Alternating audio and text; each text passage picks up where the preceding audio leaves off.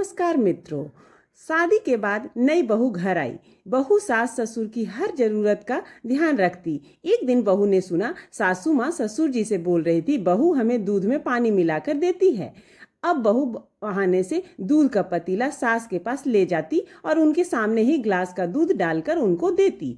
कुछ दिन बाद सासू माँ फोन पर अपनी बेटी से बोल रही थी कि बहू हमें खाने में घी का दिखावा करने के लिए बस ऊपर ऊपर से डाल देती है। बहू ने घी का डब्बा सास ससुर के कमरे में रख दिया और कुछ दिन बाद सासू माँ ससुर जी से कह रही थी कि बेटा इतना फल लाता है, हमें तो थोड़ा सा दे देती है और सारा खुद ही खा जाती। बहू ने जब यह सुना तो अगले दिन फ्रिज सास ससुर के कमरे में ही रखवा दिया। बोली, इस उम्र में आपको पानी फल लेने के लिए किचन तक जाने की जरूरत नहीं पड़ेगी। किचन तक जाने में आपको दिक्कत होती होगी। बहू के जाने के बाद ससुर जी बोले, अब तो ठीक है भाग्यवान, सब कुछ तेरे कमरे में ही रख दिया। बहू ने। सास बोली, सब ठीक है जी, पर मुझे शक है कि गड़बड़ तो करती ही होगी। बहू है आखिर। तब ससुर जी बोले, गड़बड़ वो नहीं करती, गड़बड़ तेरे दिमाग में है। तू खुद जैसी बहू रही वैसे ही अपनी बहू के बारे में भी सोच रही है।